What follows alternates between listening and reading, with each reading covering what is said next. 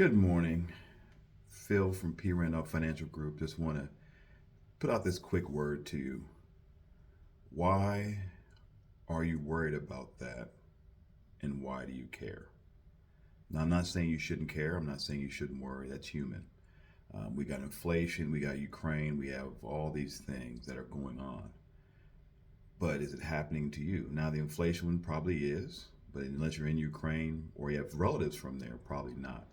However, I would say if you care about Ukraine as an example, and you should, if people are dying, it's painful, send a care package, send them a check, find a way that you can donate time or effort to that, and then rebuild back that monetary loss.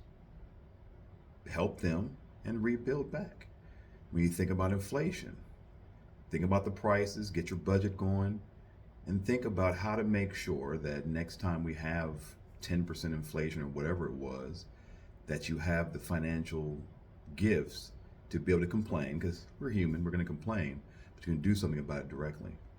The biggest one is, I call it the equal person theory. Maybe a theory like that out there, you can look it up. I'll look it up after this call. But essentially, what I look at is, look at your life now. First of all, you're alive. Be happy in it. Somebody would want your same life. Be happy in that. Also, understand something. If one person, like I'll give you an example using me. I went to a local school in my state because I was scared that me not being there would break my parents up.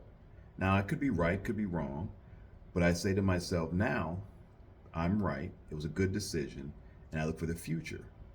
If you have a decision in your past you think about, and instead of focusing on the future, you're focusing on that thought, you can't focus on the future. So if you have two people, person A, person B, same circumstance, same background, same everything.